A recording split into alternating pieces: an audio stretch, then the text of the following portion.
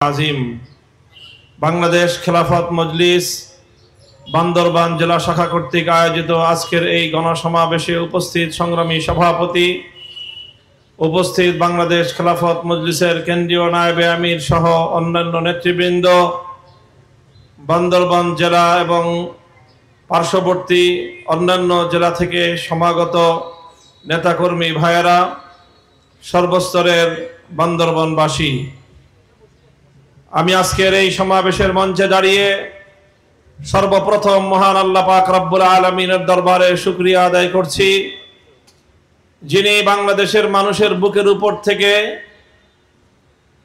স্বৈরাচারী নব্য ফেরাউন জালিম শাহী শেখ হাসিনাকে উৎখাত করে দিয়ে এদেশের মানুষকে মুক্ত বাতাসে নিঃশ্বাস গ্রহণ করার সুযোগ করে দিয়েছেন। আমি শ্রদ্ধা ভরে স্মরণ করছি ওই সকল বীর শহীদানদেরকে। 2009 সালের পিলখানা ট্রাজেডি, 2013 সালে শাপলা চত্বরে, 2021 সালে মোদী বিরোধী আন্দোলনে, 2015-16 সালে স্বৈরাচার বিরোধী আন্দোলনে, সর্বশেষ 2024 সালে বৈষম্য বিরোধী ছাত্র আন্দোলনে, ফ্যাসিবাদ মুক্ত বাংলাদেশ গড়বার দৃঢ় প্রত্যয়ী আন্দোলনে শাহাদাত বরণকারী সকল বীর শহীদানদেরকে শ্রদ্ধা জ্ঞাপন করছি। তাদের শোক সন্তপ্ত পরিবার পরিজনের প্রতি সমবেদনা প্রকাশ করছি এবং সকল গণহত্যা সহ সকল ফ্যাসিবাদী আমলের হত্যাকাণ্ডের বিচার দাবি করে সেই সকল খুনিদেরকে দ্রুত বিচারের কাঠগড়ায় দাঁড়িয়ে বা দাঁড় করিয়ে তাদের বিচার সম্পন্ন করার জোর দাবি জানাচ্ছি। সংগ্রামী সাথী ও বন্ধুগণ, বাংলাদেশ 2024 সালের 5ই আগস্ট বহু মানুষের নিপীড়িত মানুষের রক্তের উপর দাঁড়িয়ে নতুন ভাবে আবার বাংলাদেশ স্বাধীনতা অর্জন করেছে। এই স্বাধীনতা পরবর্তী সময়ে আমরা বারবার দেশবাসীকে একটি কথা স্মরণ করিয়ে দিতে চাই, স্বাধীনতা অর্জন করা যতটা কঠিন, স্বাধীনতা রক্ষা করা তার চেয়েও বেশি কঠিন। আমাদের তিক্ত অভিজ্ঞতা রয়েছে। 1971 সালের 9 মাসের মুক্তি সংগ্রামের মধ্য দিয়ে বাংলার মানুষের অজস্র রক্তপাত এবং অজস্র শাহাদাতের বিনিময়ে অর্জিত যেই স্বাধীনতা বাংলাদেশ অর্জন করেছিল, সেই স্বাধীনতা অর্জন করার কয়েক মাসের মধ্যেই বাংলাদেশের সেই স্বাধীনতাকে ছিনতাই করা হয়েছিল। আমাদের সেই তিক্ত অভিজ্ঞতার কথা ভুলে গেলে চলবে না। আমরা দেখেছি 1971-এর 26শে মার্চ থেকে 71-এর 16ই ডিসেম্বর পর্যন্ত এদেশের মানুষ মুক্তির সংগ্রাম করেছিল। 1952 সাল থেকে 1970 পর্যন্ত দীর্ঘ সময় স্বাধীনতার প্রেক্ষাপট তৈরি হয়েছিল। বীর বাঙালিরা লড়াই করেছিল একটা জিনিসের বিরুদ্ধে, সেটার নাম হলো বৈষম্য, সেটার নাম হলো জুলুম, সেটার নাম হলো মানুষের অধিকার হরণ। বাংলার মানুষ মানুষের অধিকার আদায়ের জন্য দেশের মানুষের বিরুদ্ধে পরিচালিত সকল বৈষম্যমূলক নিবর্তনমূলক স্বৈরাচারী পাক বাহিনী, পাক স্বৈরাচারী আমলের সকল স্বৈর শাসকদের বিরুদ্ধে তারা লড়াই করেছিল। সেই দীর্ঘ স্বাধীনতার সংগ্রামের সিঁড়ি বেয়ে মুক্তিযুদ্ধের মধ্য দিয়ে বাংলাদেশ স্বাধীনতা অর্জন করে। গোটা বাংলাদেশের স্বাধীনতার মুক্তি সংগ্রাম ছিল জুলুমের বিরুদ্ধে লড়াই, জালিমের বিরুদ্ধে মজলুমের লড়াই, বৈষম্যের বিরুদ্ধে সাম্যের লড়াই। কিন্তু দুঃখ এবং পরিতাপের বিষয় আমরা লক্ষ্য করেছি, 1971 সালের 16ই ডিসেম্বর বাংলাদেশের স্বাধীনতা অর্জিত হওয়ার পর স্বাধীনতা যুদ্ধে নেতৃত্ব দানকারী শেখ মুজিবুর রহমান সাহেব, যিনি পশ্চিম পাকিস্তানে বন্দী ছিলেন, স্বাধীনতা অর্জন করার পরে তিনি সেখান থেকে মুক্তি লাভ করলেন। সেখান থেকে মুক্তি পেয়ে তিনি গেলেন লন্ডনে। লন্ডন থেকে তার বিমান স্বাধীন বাংলার মাটিতে ল্যান্ড না করে বাংলাদেশে আসার পূর্বে তিনি নয়াদিল্লিতে অবতরণ করলেন। তিনি বাংলাদেশের মানুষের কাছে আসার আগে দিল্লির প্রধানমন্ত্রী ইন্দিরা গান্ধীর কাছে গেলেন এবং তার সঙ্গে তিনি বোঝাপড়া করলেন, তার সঙ্গে তিনি আপোষনামায় স্বাক্ষর করলেন বাংলার মাটিতে ফিরে আসবার সময় ভারতের প্রধানমন্ত্রী শেখ মুজিবুর রহমান সাহেবকে প্রেসক্রিপশন ধরিয়ে দিলেন। আর সেই প্রেসক্রিপশনের মাধ্যমে 1972 সালে স্বাধীন বাংলার মাটিতে একটা সংবিধান তৈরি হলো।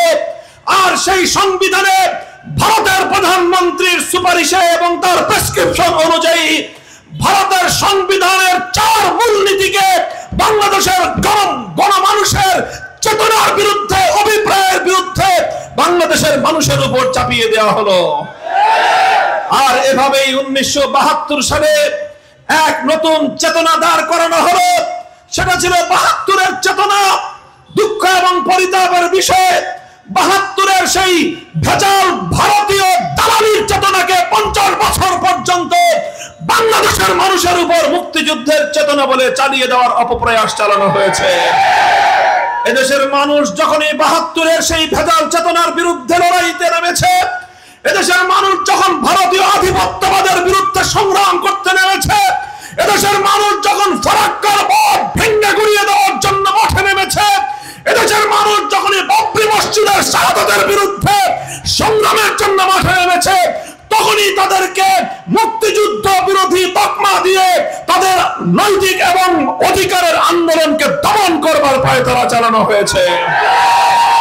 সংগ্রামী সাথী ও বন্ধুগণ, তাই আমরা দ্ব্যর্থহীন ভাষায় বলতে চাই, আমি চ্যালেঞ্জ করে বলতে চাই, 1972 সালে ভারতীয় সংবিধানের যে সকল মূল নীতিগুলোকে কপি পেস্ট করা হয়েছিল বাংলাদেশের সংবিধানে, যার অন্যতম মূল নীতি ছিল ধর্মনিরপেক্ষ মতবাদ, 1952-এর ভাষা আন্দোলন থেকে 71-এর মুক্তিযুদ্ধ পর্যন্ত বাংলাদেশের কোন রাজনৈতিক দলের নেতা নেত্রীরা কোনদিন বাংলাদেশে ধর্মনিরপেক্ষতার দাবি উত্থাপন করেনি। অথচ 72-এর সংবিধানে সেই ধর্মনিরপেক্ষতা ভারতের থেকে আমদানি করে বাংলাদেশের জনগণের ইচ্ছা এবং অভিপ্রায়ের বিরুদ্ধে চাপিয়ে দেওয়া হলো।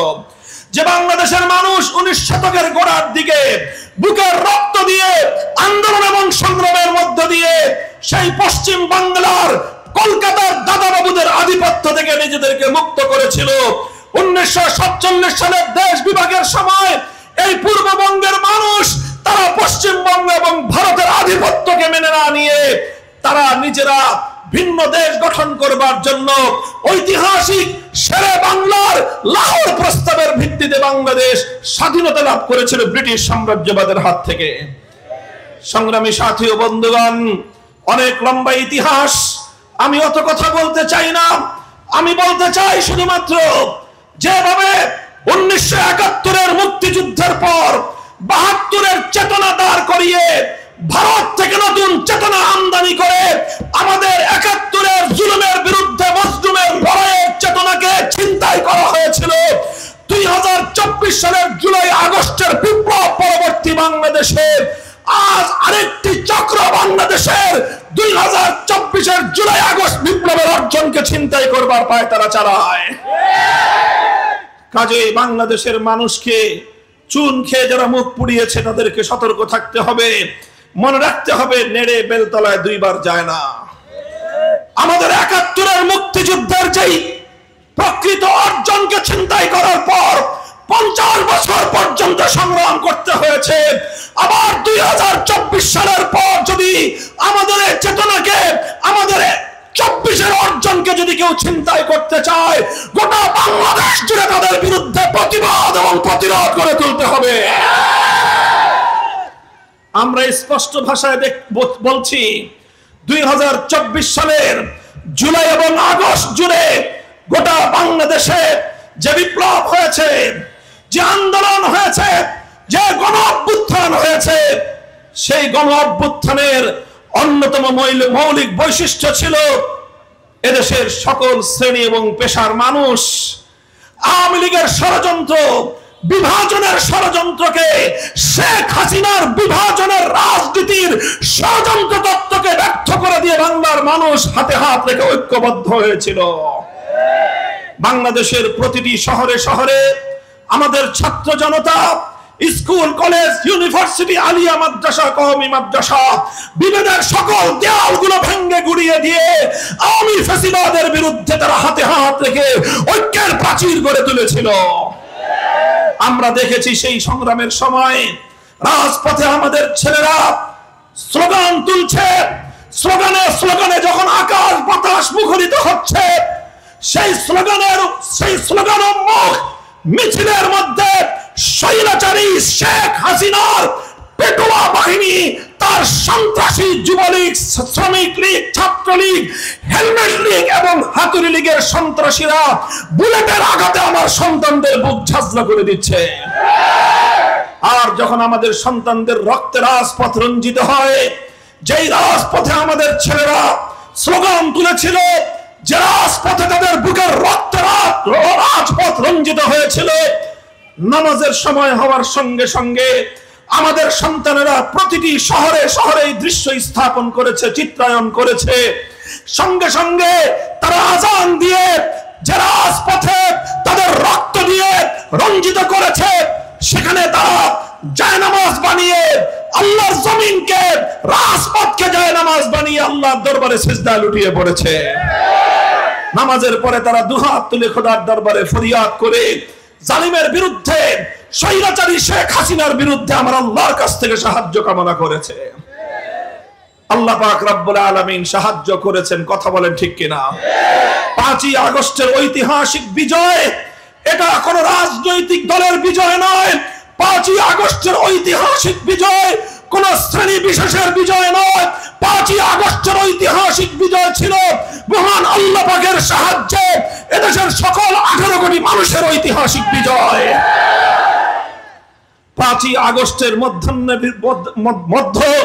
দিনের সময় ভর দুপুরে আমরা দেখেছি বাংলার টেকনাফ থেকে তেতুলিয়া একটি চিত্র আমরা দেখেছি, যেই ভাস্কর্যের নামে মূর্তি সংস্কৃতি বাস্তবায়ন করবার জন্য বাংলাদেশের মানুষকে খুন করেছিল শেখ হাসিনা, যে ভাস্কর্য স্থাপন করার জন্য